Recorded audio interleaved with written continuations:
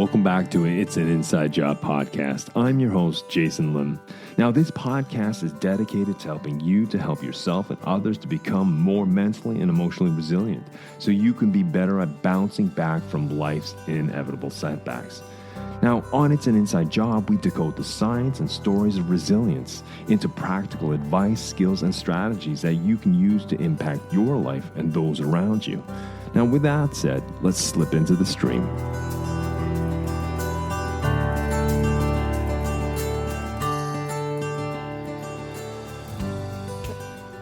Hey folks, welcome back to the show. It's an Inside Job. I'm your host, Jason Lim. Here we are at the top of a fresh new week with a fresh new episode. Today I have the privilege of sitting down with Dan Tocchini. He's a seasoned expert in leadership development who has dedicated over 35 years to helping leaders ignite the spark of magic within their teams. Throughout his career, Dan has worked closely with executive teams from renowned companies like Interstate Batteries and ESPN, as well with innovative startups such as SmartyPat Vitamins and Impulse Space. So in today's episode, Dan explores the dynamics of change, emphasizing clarity in objectives and challenging perceptions. He also discusses cognitive barriers, organizational dynamics, and strategies for implementing change, advocating bold action and ownership. You know, Dan's insights from this conversation offer valuable perspectives on personal responsibility and organizational transformation, providing practical strategies for navigating growth and driving success. So without further ado, let's slip into the stream and meet Dan Tocchini.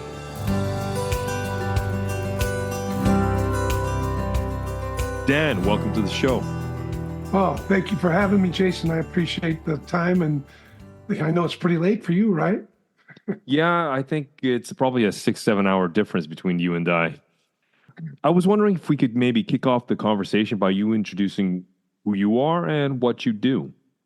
All right. Well, my name's Dan Tocchini, and I call it transformationalist for 40 years, which just means my specialty is bringing something that has never been before into existence. If it's going to be, if it's going to happen, it's a transformationalist is basically making something happen that never happened before. Like actually, it's not like you make it, you actually give yourself to it in a way that it turns out. And our byline is turning leadership into leadership, because it's so easy to gesture at leadership and even look the part. But, the way you find out what somebody's made of is what are the fruits of their actions? What comes out of it. And we specialize in that particular domain, and we're the guys you call when there's something not working. You've tried everything, or at least everything you know how to do.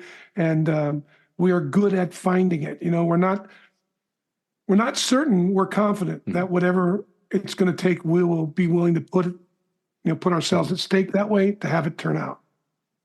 So.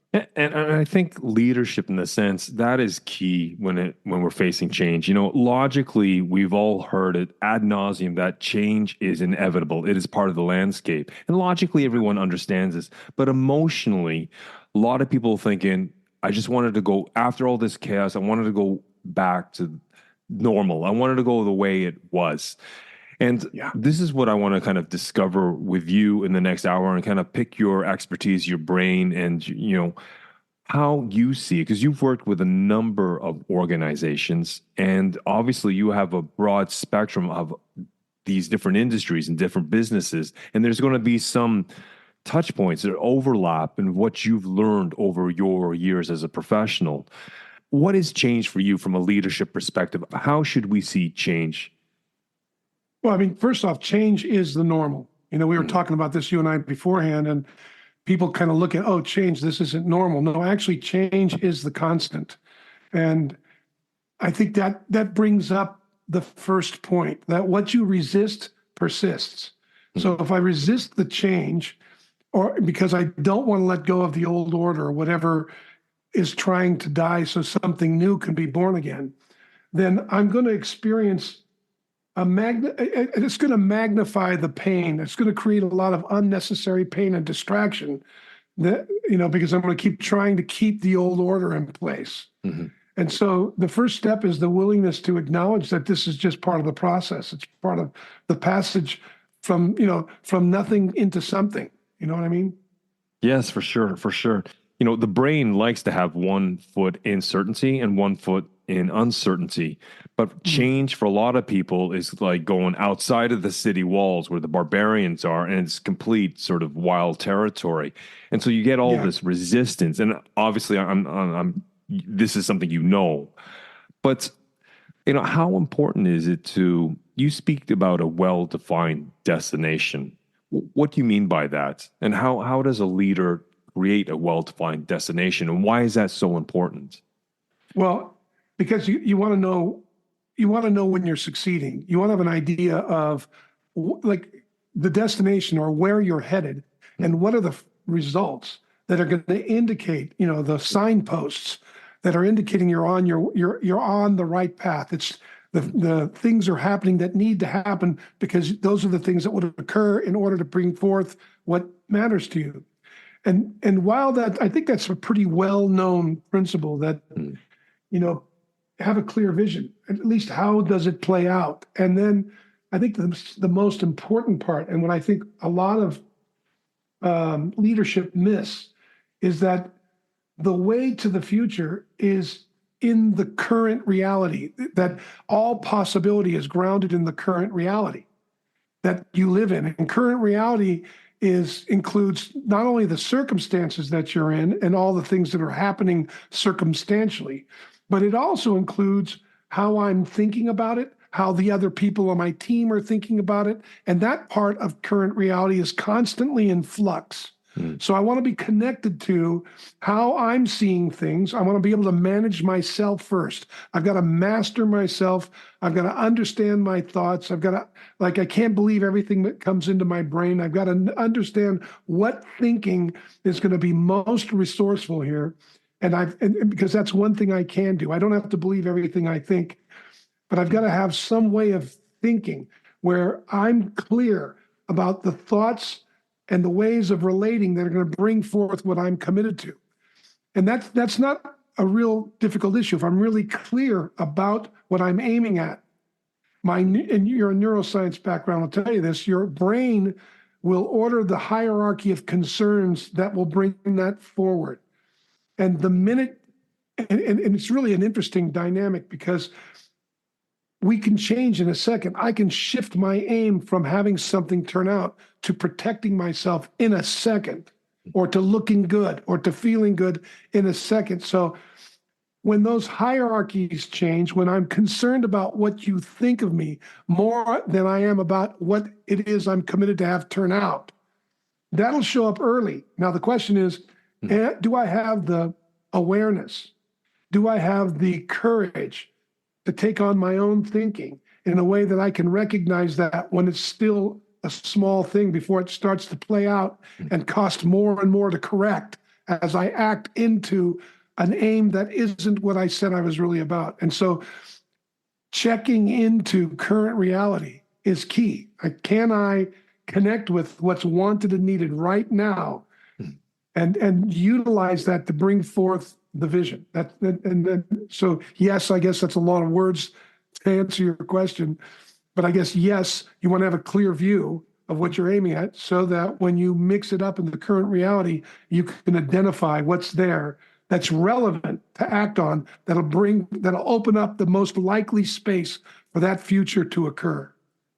Because I think that's very important what you've articulated, Dan, because obviously a leader, whether I'm leading myself in a personal change or professional change, or I'm leading a team or an organization, obviously, as you so eloquently said, sometimes our brain spit out stupid thoughts, silly thoughts, right? And we can't believe everything our brains spit out. And then on top of that, there's the emotional baggage that can come with it, or the emotions that can taint how we see current reality, or instead of seeing it as temporary, we see it as, oh, this is going to last forever.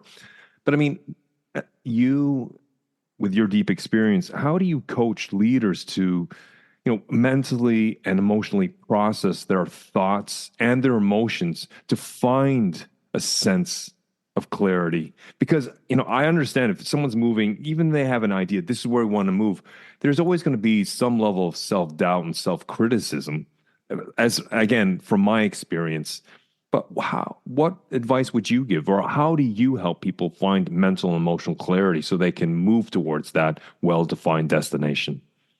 Well, I think it's a great question. There's a lot in that question. Let me just be clear. How do I help them find that sense of confidence Yes. that they're the direction, like what direction to head into? Like what would be the biggest possibility for what you're committed to having turn out? And is that accurate? Yes. Yes. Yeah. I mean, people are going to have sometimes doubts about, they think we want to head in this direction, but sometimes they'll pick up some news or they'll pick up some information, knowledge, and all of a sudden there's this confusion, there's this doubt, there's anxiety, but they have to lead themselves and an organization through it. But what's holding them back is the emotions and the negative thinking or the rumination. Yeah, the rumination. So one of the things, so there's a number of things we do, but one of the things I would talk about is that let's just say emotions are thoughts trapped in the body looking for language. And I don't think people stop long enough to investigate their thoughts.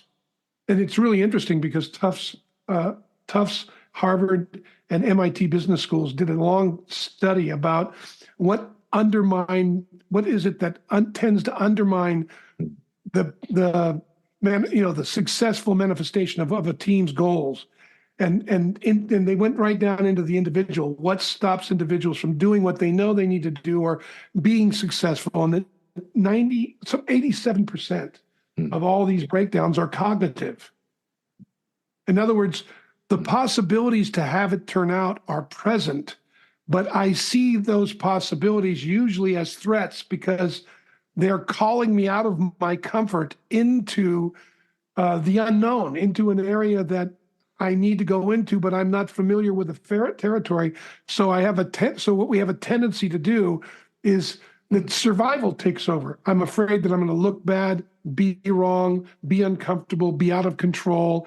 And when those things show up, my aim goes from what I say I'm committed to having happen, the future I'm committed to, down to protecting myself from what looks like a threat. And let's get real. I mean, if you're going to have anything become a reality, it's going to call on you to sacrifice certain things that you have up until that point been able to enjoy, right? It's not an accident that life calls us into these journeys. And I think a lot of times people get restless and stuck and angry or resentful because they don't want to answer the calling of the next adventure, the next risk, the next sacrifice that's probably going to need to be made for what I say matters to me. And I think that's probably one of the biggest areas we focus on. And you can hear that in people's language. Because, look, one of the things I've learned is that people never make a bad decision. Okay. Yeah, please elaborate on that. Yeah. So people always make the best decision they see available to them. Right. So it may not be the best decision, but it's the best one they see available. From their perspective. So, that's right. Exactly. Sure. Okay. So when somebody, you ever do that, you look at what somebody does. I watched the Darwin Awards, they used to be on YouTube all the time. I haven't seen them in years, but it's basically people who die because they do stupid things. But you got to remember, they're not stupid things they're doing. Those are the best choices they thought that they saw available to them. So they took them. I remember one guy tied himself to a bottom of a truck to understand why his transmission was going out. He couldn't figure it out. And so he had somebody drive the truck while he was under it and it killed him. Right. Now that looks like a dumb decision, but to him, it was the best decision he saw available. So unless we challenge our own thinking, we're going to have a tendency to reproduce the same breakdown over and over again with different circumstances. And you can tell when an executive's there because they're cynical and despairing and usually biting and sarcastic because everything they've done, they thought was the best, hasn't turned out. So then rather than challenge their thinking, they think it's impossible or nobody can do it because they can't do it or, there's a number of different, justifications for not going again. And that's a lot of our work, is by breaking down those mindsets. And we can listen to, like I said, people don't make a dumb decision. They don't make a stupid decision. They make the best decision they see available. And they always act congruently with the way the world occurs for them. Like you and I always act congruently with what we think is going on. And so knowing that, you can look at somebody's behavior and go, oh, did you notice you did this? I wonder what generated this action. It doesn't seem congruent with what you said you're committed to, but it does seem congruent with this mindset, how to protect yourself or something like that. And if you can get people to look at that, and you can do it without being punitive or needing to make them wrong, because it's just part of the brain's job to warn you when you're going to step into something you've never done before, or it looks potentially dangerous. So there's nothing wrong with that. We all walk through it. I have a number of people I bring my ideas to who help me think through them, because my bias very often is in the way. And so by challenging those thoughts, and the way to do that is to first notice how the world's occurring to me based on my actions, and then realize that the way the world occurs for people happens in language.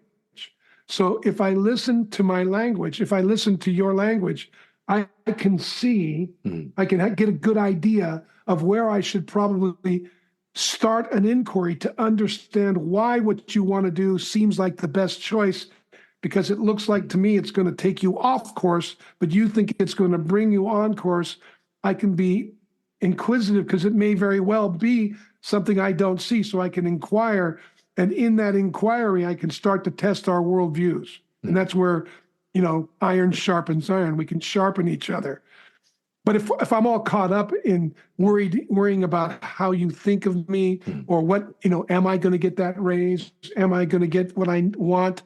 I'm going to, that aim won't allow me to have those conversations, because they look too dangerous, because they threaten what I'm really going after. And that becomes obvious in an inquiry. And then people, they'll shift. I've seen people shift multiple, hundreds of thousands of times.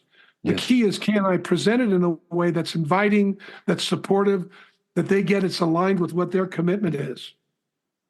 Because what it sounds like, also what you're saying, is that sometimes, leaders, or even if we're leading ourselves into a new paradigm or a new change and such, it's important to sometimes seek counsel, to seek an external coach, because you get so lost, or an organization can get so lost in their own subjective culture, their own subjective way of things, by bringing a professional such as yourself in, or your consultants, or whoever, a coach, whatever. Just outside eyes that are committed to what you're committed. Yep. Yeah, absolutely. I'm not the culture. That's one of the advantages, right? I bring people into our culture to help us see what we're doing for the same reason, right? And it takes a certain level of courage and commitment to submit yourself to that, because you're going to find out what you're not seeing.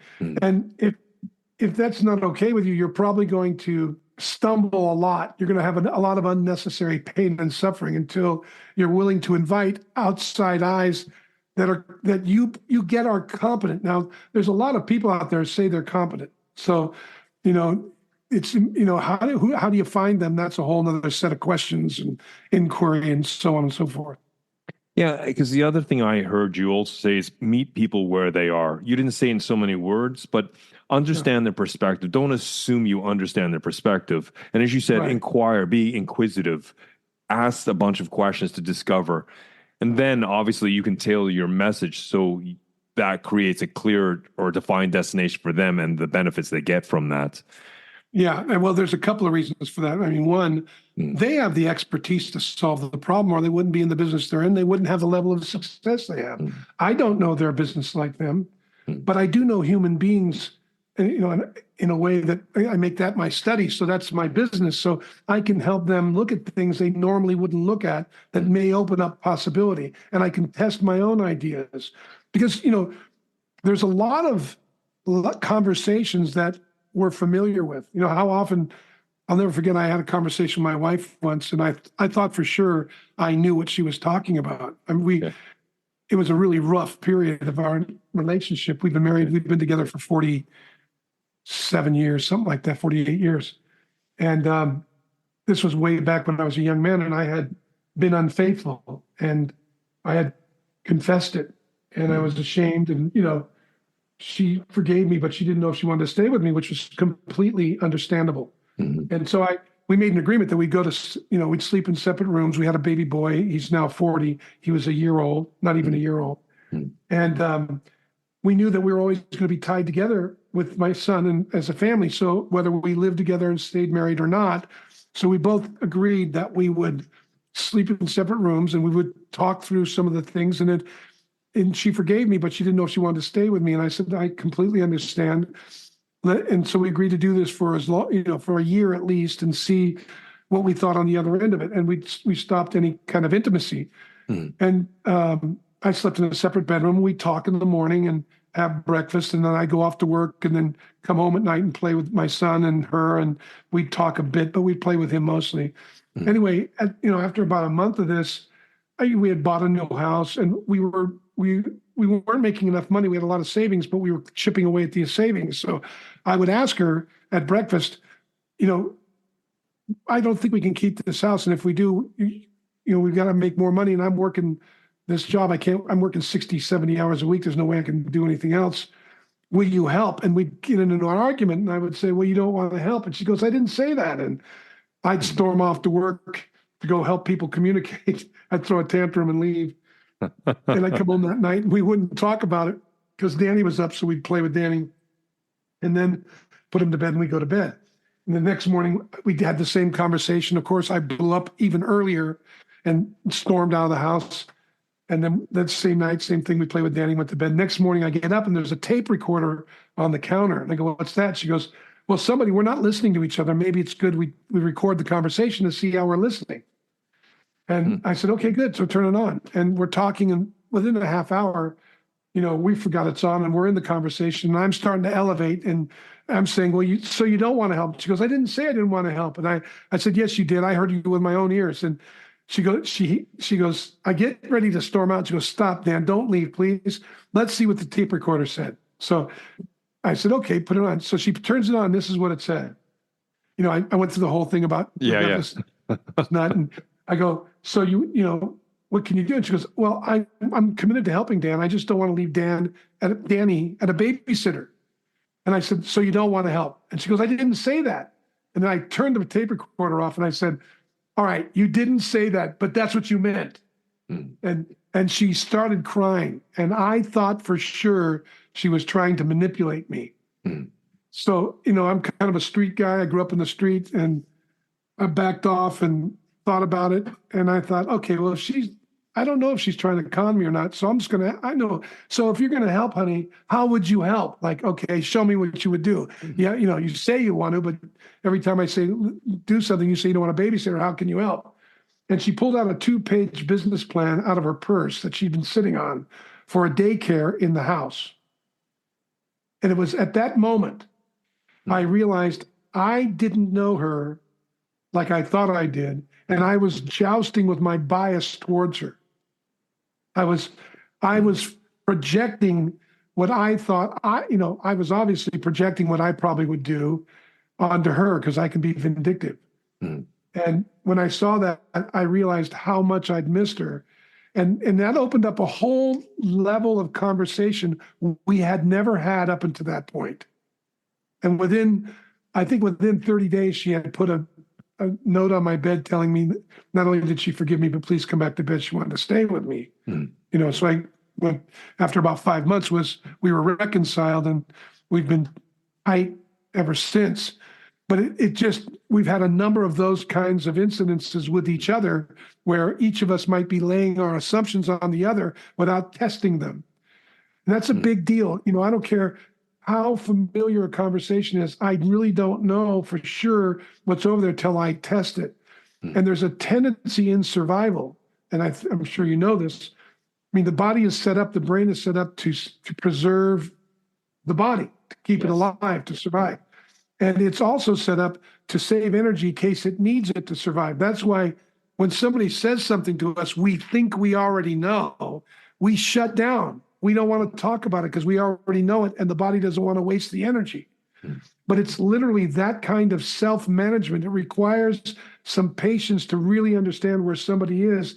And I can't tell you how many times I've discovered things that I wasn't even aware of in a conversation where I already thought I knew what was going to be said. So I get into the practice and we work on constantly checking into what we're assuming about what's being said. I mean, that sounds like a seminal moment in your life that obviously probably colored how you also do business. Because I think something that you wrote, which I thought I really liked, you said, communicate generously instead of broadcasting. And so communicating, obviously, is not just talking, but what I also hear is the other side of the coin, which you emphasize, it's inquiry and listening. Understand, of course, you're going to have your biases and your assumptions. We all do. But it's recognizing that that's what I hear you're saying, but then pushing through that through questioning and listening. As you said with your wife, she had whatever his business plan, which was like a little shock and awe, I guess, for you. Oh, it was. She pulled that out. Shock and awe and humbling, and humble pie. But out of it, we just said, look, argue like you're right, but listen like you could be wrong. Like you can do that. I can be very passionate about what I believe, but then I can be quiet and listen to what somebody else has to say and listen like, where might I be missing it here? What is it I'm not seeing? What are they saying that I might not be hearing? What am I making up? I can test all that with them in the conversation. When somebody actually sees you're willing to do that, it creates a good faith in the relationship. It has to do with trust, and trust is such a misconceived reality that I cannot say enough about it. Most people do not understand, at least what I think trust is. I've found it to be completely different or distinct from what the culture calls trust. Can you operationally define trust, Dan, from how you see it? Because I think that's a very important point you've just made. Yeah, I can. So normally, the way we operate, right, is you and I are hanging together. We're doing something together. And I say, Jason, I said, would you do this? Would you do this for me? And you say, yes, I will. Right. And you deliver. And I go, God, that's great. And every time we make an agreement, you deliver. I then say to myself, you're trustworthy. Until you don't. Then I'm shocked. Like there's like 3 levels of trust, basic levels. There's naive trust, like a kid has, and then when his parents betray him, because they're like God to him at first, there's this devastation, and they usually swing way over to cynical or skeptical. They swing way over to not trusting, and then they wait till they see that it's in their mind worthy of trust, like I just described. Like you earned my trust, right? Okay, so that is not really trust. I'm trying to predicate future actions on past delivery, past successes. That's not trust. And the minute that you break your word, then you not only broke your word, you're not trusted and you're not trustworthy in that mindset. In my mindset, what I say is, I bestow trust upon you. And I do that because I see it's what I'd want you to do with me. And so then what happens is when you don't keep your word, I say, oh, there must be something missing here that I'm missing, that we're missing together. I'm going to investigate to understand it because A, you broke your promise, but it's more like, oh, you missed. Okay. I wonder, you're still trusted and you're trustworthy. And that's why I'm investigating what was missing to see what's wanted and needed. And that in that space, I can really, I can connect with who's really over there and make a decision about how I'm going to engage with them from then on. Right? Like the next step. And if I notice that they don't want to engage or that they don't want to do the inquiry, okay, well then that tells me a lot about where they're at and how I want to engage with them until we can come to some understanding, right? It's not like a problem. It's not like they're evil. They're not bad. They're not bad, wrong, or broken, which is what happens. The brain goes to, oh, there's something bad, wrong, or broken with it, them, or me.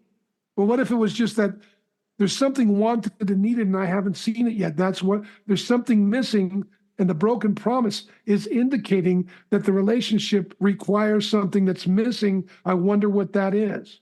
Mm-hmm. And that might very well be we separate, go our own ways. But if we do, it's going to be much more amicable. And I'm not going to take the bitterness into the next relationship, because I'm going to be able to see how I contributed to it. And I can own that going forward. And that speaks a lot to self-awareness, being able to practice this enough so you can step back, tap the brakes so you can actually listen and question and understand. And hopefully your assumptions are wrong about the person, and you have a much more realistic picture of them. Yeah, well, I'm pretty in touch with my own darkness. So it's pretty, I think the more you touch that, the harder it is to, it's harder to judge somebody else. I mean, I've done some bad things and I've hurt people, and knowing that I don't, it's like, how often when I see myself as the good guy in anything, I know I'm probably afraid of something. Because if it's breaking down between us and we have a relationship and it's been working and it starts to break down, I'm a co in the relationship. I wonder what I'm missing. Where did this breakdown show up that I was unwilling to see it, is one of the questions I ask myself. Like, if I missed something before this, would I want to know? Well, yeah, I would. I wonder where this breakdown started. I have this thing called, my grandfather taught me, it's called the shit hors d'oeuvre principle. He would say, shit hors d'oeuvre, okay. He would say, Junior, when something doesn't work, it comes as an hors d'oeuvre. And if you look at me and go, I don't want to eat that shit hors d'oeuvre. And so you push it away. But if you don't eat it, then what's going to happen is it eventually is going to come back and haunt you. In other words, it's going to return as a shit sandwich. And then if you don't eat that and you push that away, it's coming back as a 2-course meal. And if you push that away, you've got a buffet.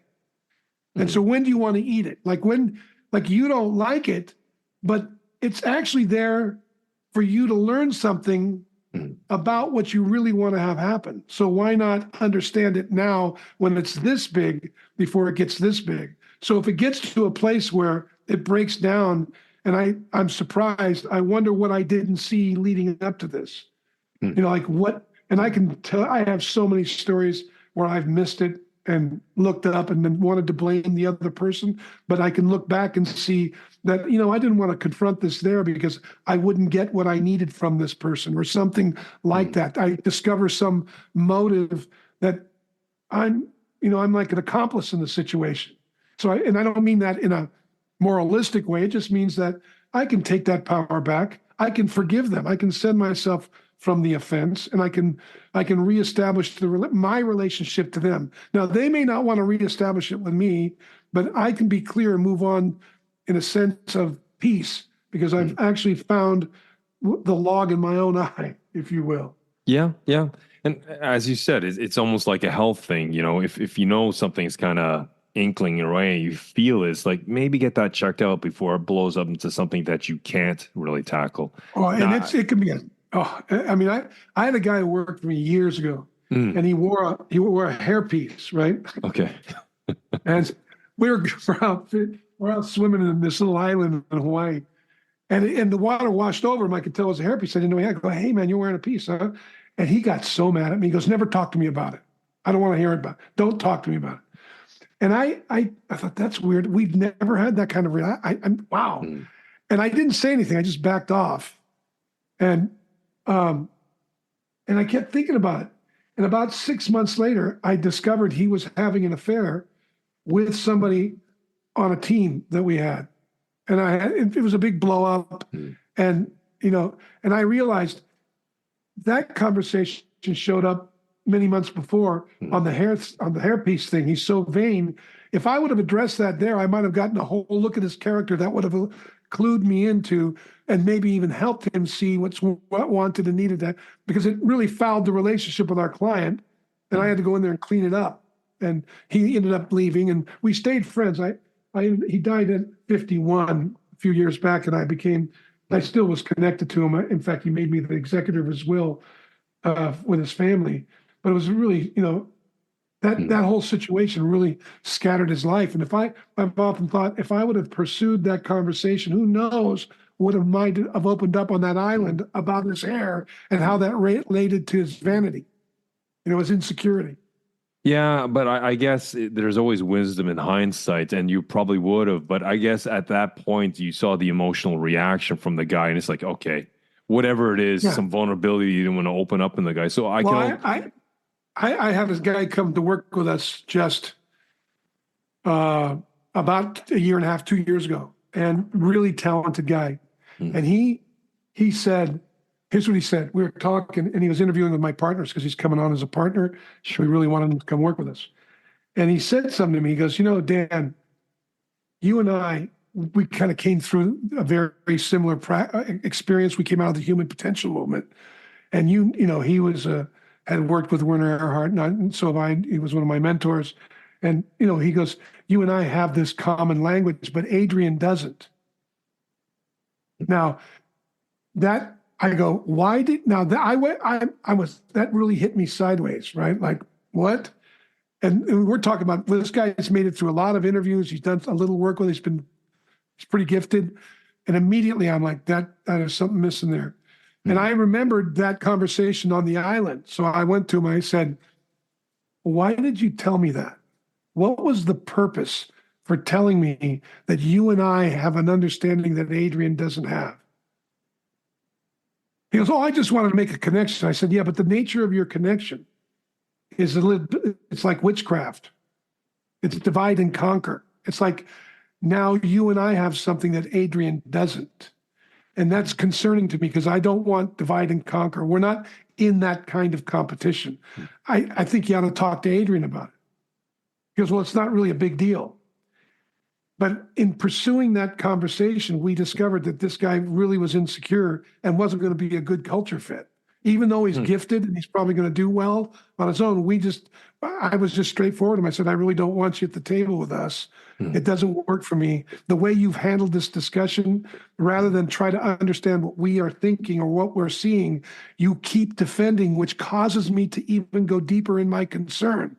Because it's not a problem that you might have some envy or you're feeling awkward or any of that. That's human. What the problem for me is what you're making up about the conversation. Interesting. Yeah. And that we saved ourselves a lot of money and a lot of trouble. And we have a much, even though he's a little tender with us, it was no drama. It worked out well. Right. But that came directly from that. Like what I spiked in that conversation about the hairpiece was when my innards aren't right, when I don't, and I have, like you said, a doubt, I want to get language on it and I want to explore it. It could be a judgment I have of him. I will repent. I'll get off it. I'll redesign myself. Or I want to see where he is. And if he's really open to exploring it, that's a whole nother world. You can go anywhere you want with me. I mean, I came out of a criminal background, so I don't want an accomplice. I want friends. I want true friends who are committed to me and my commitment and are willing to risk our approval of each other to get to what really we value together. In part one of my conversation with Dan Tocchini, the conversation centers around embracing change as an integral part of growth and success. Dan emphasizes the significance of having a well-defined destination or goal, arguing that clarity as one's objective is crucial for recognizing success and progress. He challenges the common misconception that future possibilities are solely based on the current reality, which includes not only external circumstances, but also personal and team perceptions, all of which are in constant flux. Dan also underscores the importance of self-awareness and the ability to critically assess one's thoughts and emotions. He notes that much of what hinders the achievement of goals is cognitive, with people often perceiving potential opportunities as threats, which does in turn trigger a survival instinct that favors immediate comfort over long-term gains. Now, this fear-based approach can lead people to resist necessary sacrifices for growth, as they cling to current comforts such as certainty and control. Also, highlighting the human tendency to make the best decisions perceived available at the time, well, Dan suggests that without challenging our thinking, well, we're likely to repeat the same mistakes. He advocates for questioning our assumptions and biases to avoid getting trapped by them. Understanding that actions reflect a person's worldview, he stresses the value of external perspectives to reveal blind spots in our self-perceptions and our thinking patterns. In other words, our assumptions and our biases.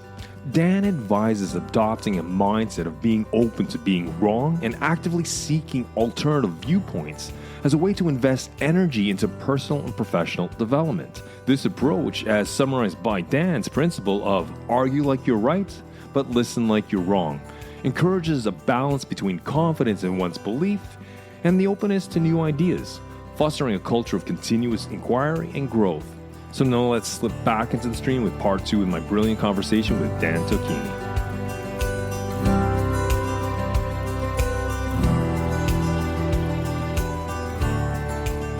I find that so fascinating. It's almost a spidey sense, you know? The Spider-Man, right? That sense he gets when something's off. You know, you could sit on a New York subway and you could sit there, everything looks normal, but something inside you kind of clicks and you know it's just like, okay, there's something, your subconscious picked it up. Oh, but brother. You're thinking, you know what? I'm going to just get up and just diplomatically walk down to the end or go into the next car, right? Because you can't pick it up consciously, but your unconscious mind is this vast processing machine. It's picked up signals. So that's kind of the connection I make. That's right. It's right on. And so how do you get language on that, right? Like a lot of work I've done some volunteer work. I developed a couple of reentry programs for kids coming out of gangs. It's one of the most studied programs in the United States, run by an organization called Straight Ahead Ministries on the East Coast. They have the best recidivism, right? Their recidivism rate's like 12% instead of 87. Wow. And it was my curriculum. We trained them and delivered it. And then we did it in a prison. And one of the things, I went into a prison with a bunch of lifers, and we did some work. In fact, there's a company called a nonprofit called Crop. They've have zero recidivism rate after we trained them in prison. They were trustees. Yeah. And it got so that the warden would call me to come in and ask me to interview his trustees because within 10 minutes, I can tell whether they're perping or not inside the prison. Because, so think about, I listened, I told him, I said, he goes, how do you do that? I go, well, if you listen to how people position themselves in a conversation, like their predicates, how they position themselves toward what you're talking about, they'll tell you a lot. And he goes, what do you mean? I said, well, I listen on a continuum that goes like this. Over here is the victim conversation, and over here is the responsible conversation. So the farther somebody moves towards victim, the more they're perpetrating. That's interesting. Because all criminality is, if you listen to a criminal, and that's somebody who's just committed a crime, they're going to tell you why the victim was responsible for them perpetrating it at some level. They're justified in their action. The minute you hear an externalization of why they behaved the way they do, you know they're lying. That's very interesting. So you're saying someone with credibility, he or she will take responsibility. They will take ownership for the foul up or whatever it is that may happen. Whatever their part was in it. At the very least, they'll look for how they contributed. They're not going to go, hey, it was my history. It was this circumstance here. It was that cop. It was, and that gets really fine tuned, right? So when I sit down with somebody and they're late for the appointment in the prison, they're in a prison. They only make 10 or 12 decisions a day and they're late for the appointment. And I say, gosh, what happened there? You had an appointment. Well, the guard, blah, blah, blah. I already know. That's okay. Mark that down. And then I listen for how many times this person externalizes their experience. And I watch and notice what they emphasize. I listen for patterns. I notice what they emphasize, and I really notice what they omit, and I inquire into the omissions in the context of their commitment of whatever we're talking about. And that illuminates more possibility for inquiry. If that I makes think sense. I think I think that makes a lot of sense because I think that's very important, especially when we're talking about change in organizations or change in anyone's life. Yes. You Yes. you refer to the 28 principle, Yeah. to 2080. responses. Sorry, Yeah. sorry, The my parade. bad. It's called the parade. 2080. Yes, yes. And it's kind of a roundup because the larger the group, the smaller the influence of those driving, producing the results. 20% of the people produce 80% of the results.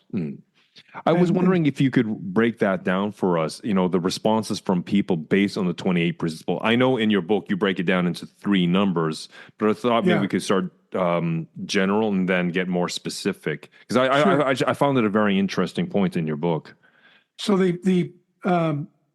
so 20, so if you think about the 2080 rule, you're going to have, when you implement a change or you want to make a shift in the organization, you're going to have you're going to probably have 20-30% of the people are going to be on board. Mm. They're going to go, yeah, you're right. Let's do this. This looks great. You're going to have another 20% or 30% that are going to not want to change. They're going to want to keep the status quo. Those are called the levelers. Levelers, In the middle, you have the fence sitters, about 40 to 60%, usually more upwards towards 60% of the people are in the middle. They don't know for sure. They're torn with, am I still going to be able to take care of my interest or not? Now, I can talk about that more distinctly, but the key is the larger strategy is you want to work to win the 30 or the 40 or 30 or 40%, 20 or 30% in the middle, 40% in the middle. The 40 to 60%, right? The sitting on the fence, middle, right? 40 to 60%. And between the two sides, you want to work to win the guys in the middle. So whenever you engage, you want to speak to illuminate why this change is good. Now, and you don't want to get caught up with the naysayers trying to help them because they're going to pull the change back to what they want. These are the levelers, right? To the levelers. You want to get the levelers up to they either get up or out. But the only way you do that is by keep clarifying the change and making sure all of your systems and processes emphasize and support and will reward the change. Now, knowing that strategy at that level, I can then go down to a lower level and start to talk, and engage those who are, the 60% that I want to win over. And when I engage the levelers, I engage them knowing that the fence sitters are watching, and how I engage them will help the fence sitters see the value of moving over here. So now a little more granular. I need to understand, if I make a change, I need to understand what interests individuals on my team are getting satisfied by the current vision.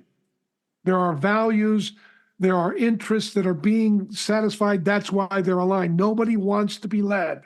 People are willing to be led if they see that following the mission is going to ultimately serve them personally. When they see that, they're in.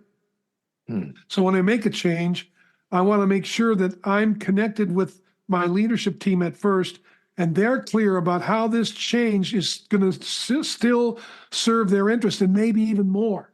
And if it doesn't, I'm going to support them in a very caring way to move to somewhere in either outside the organization, in the organization, or probably outside the organization that's going to serve their interest. I want to help them do that. I want them to get that this is where we're headed. And if your interest starts, let's have an inquiry about how this serves your interest. If that doesn't work, let's talk. The more I have that discussion, the more I'm going to win the fence sitters over. And those who aren't really aligned with that change will move on, which is cool. And we'll move from there. Right. So it takes that kind of discipline. And most leaders want to move too fast. If you slow down and do what I'm talking about, there'll come a point when it'll exponentially flip. There's a tipping point. Yeah, and you got to expect that when you start this kind of inquiry, it's going to get worse before it gets better. Right? You got to be up for those conversations. And again, that comes back to some of the grounding principles you're talking about. People will have assumptions, you will have assumptions, but this is the question and listening to that spidey sense, picking up on that thread and pulling and see where it takes you, right? And Yeah. obviously that comes with experience to be able to pick out the signal from all the background noise. You also Yeah. talk about in your book subtle, average, and bold approaches to change. I'm wondering if Yeah. you could or elaborate on what you mean by that.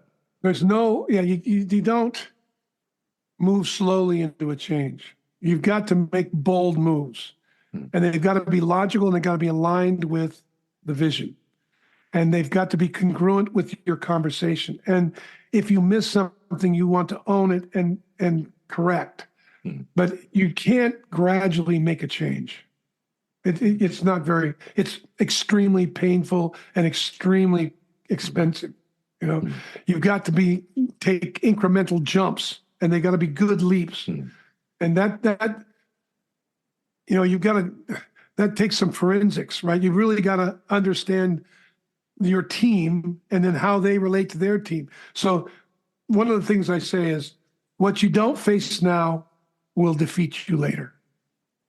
So if you're going to make a change and you have an executive team that's used to compromising and used to like taking the standard down and not enforcing what's really important in the organization, value-wise, commitment-wise, financially, then when you make the change, you're going to find yourself in a quagmire of resistance, even more so than naturally occurs, because all the issues you didn't approach, you're going to have to talk about, and they're going to feel betrayed because they're going to say, why didn't you talk to me about that? Why didn't you write me up there? Why didn't you let me know this wasn't working? And every leader's got their reason. I didn't want to be micromanaging. There's a million stories that are all externalized, right? That's an external. I didn't want to micromanage you. Well, who said you had to micromanage this person? To sit down with them and talk about, hey, I noticed this isn't working, or at least it doesn't seem like it's working to me. Help me think through it. I want to make sure you're feeling supported. I want to be a resource to you. There's a million ways to enforce something that you think is out without micromanaging, without telling people what to do. You want to help them think. How do you think? Let's get clear about your thinking and its impact on your engagement with your team. What actions is it allowing you to take? What actions do you not see that are possible because you're afraid of what they might bring about? How can I support you? And so just to clarify, so a lot of the time should be used in planning and creating a clear destination, a defined destination. But once that has been committed to, then you're saying take a bold approach to change. Yeah. And know what, like one of the conversations I have with the team is, once we're clear about the vision, I ask, what do you think this vision is going to call for you? What prices do you think you're going to have to pay? And once we get those clear, I'm going to say, okay, now I want you to magnify whatever you think the prices is, put a 10x on that. Yeah, well said. Because we don't know what's coming. But ask yourself, is this worth it? Who will you become if you answer these challenges that we've enumerated? And what happens is, you got to look at your people like people, not tools. So nobody wants to talk to a tool. They just want the tool to perform. So leaders they'll use stupid expressions like, well, I'm not a babysitter. Well, that's interesting. Who said you were? Right. But if it's not working, aren't you responsible for your team? Don't you owe them a stand that they can get behind and they can articulate themselves? And if they're having trouble, isn't it my job to help get clear? Like, where are you in the process? I always ask a leader, who are your customers? And if they talk about the customers they're serving that the company serves, no, my customers as a leader is my team. That's who I really I'm there to support them. And that sounds like an altruistic idea, but it's a very practical idea. And most leaders have been promoted because they're good individual performers. And to be an individual performer is a different set of skills and a different mindset than to be a leader, than to lead a team. And I have to be able to, as a performer, I'm an unconscious competent. I'm good at what I do. It's in my body. I don't think about it.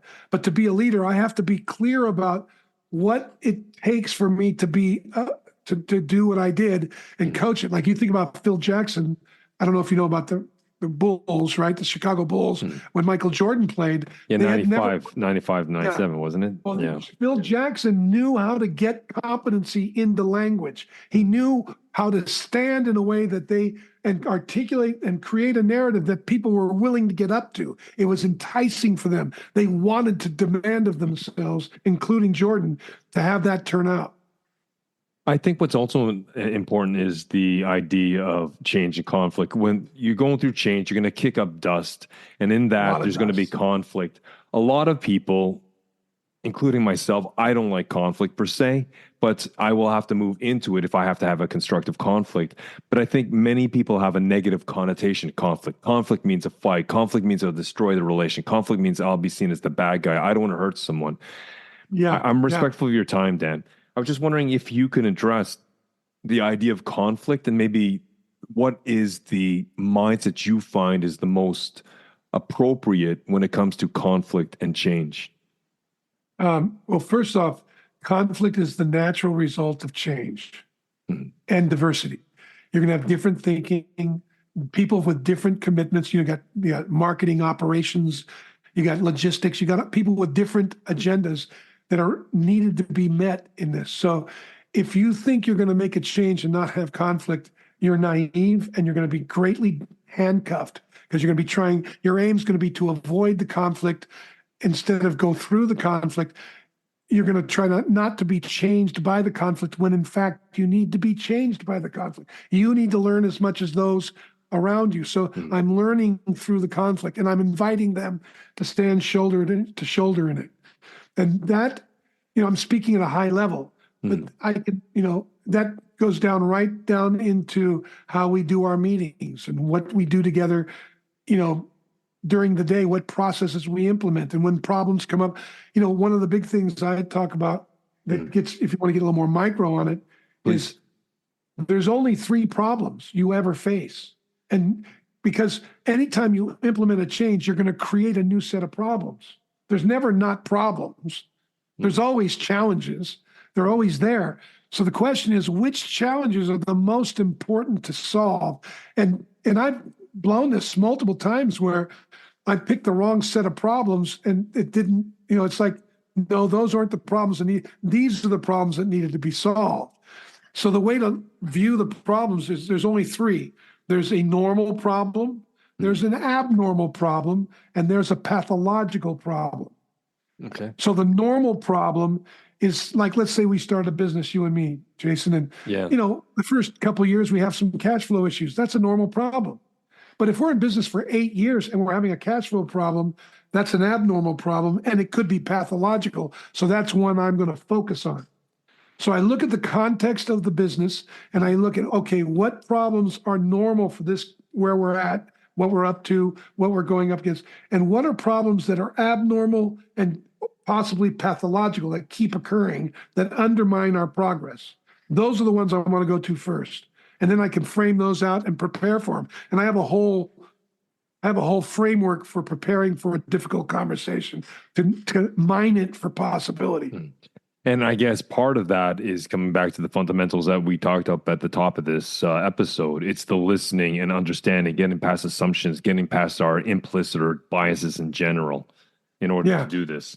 Now, connecting with current reality all along the way, with having that compass in front of you, that beautiful vision.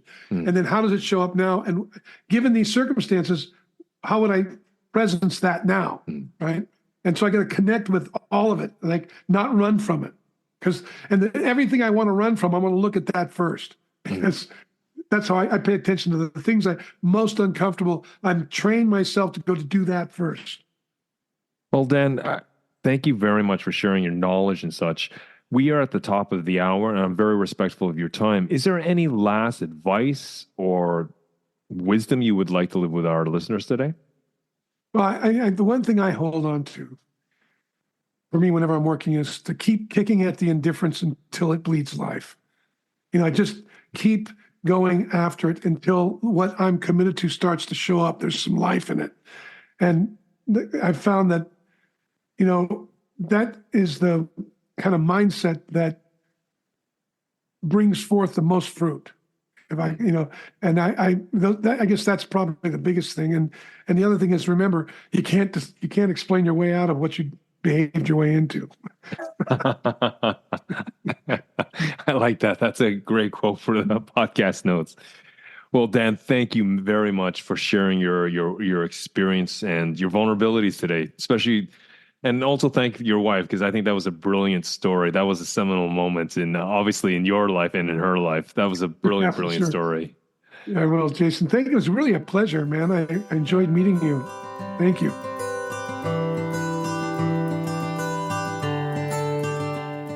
In the second part of our conversation, Dan introduced the concept of a spectrum in conversations, with victimhood on one end and responsibility on the other. He noted that those leaning towards victimhood often blame others where they don't take responsibility. It's a stance he likened to a criminal mindset. In contrast, adopting a mindset of responsibility, well, it involves recognizing and owning one's actions and their impacts. Dan's observations extend into organizational dynamics, where he delineated the roles individuals play in response to change. He highlighted that roughly 20% of people in an organization are change advocates, another 20% resist change, which he called levelers, and the majority, about 60%, are undecided or fence sitters. Now, for Dan, the key to successful change management, well, it lies in engaging the undecided majority by demonstrating how change serves their interests, thereby encouraging them to embrace new initiatives. Then our conversation turned into talking about the strategies for implementing change, with Dan advocating for bold, decisive action over incremental adjustments. He stressed the importance of crafting a compelling narrative that encourages ownership and buy-in, underscoring that conflict and diversity of thought are natural outcomes of change. Dan differentiated between normal, abnormal, and pathological problems, emphasizing the importance of identifying and addressing the most pressing issues effectively. At the tail end of part 2, Dan delivered a powerful message. You can't explain your way out of what you've behaved your way into, encapsulating the theme that actions speak louder than words, and genuine change requires more than just verbal commitment. It necessitates tangible action and personal accountability. This episode not only illuminated the psychological aspects of facing change, but also provided practical insights on navigating the complexities of personal growth and organizational transformation, all through the lens of Dan's rich experience and thoughtful analysis. Hey Dan, I just want to send you a personal thank you from me to you for a very engaging and enriching conversation. So thanks very much, Dan. I appreciate it. Well, folks, here we are at the tail end of another episode.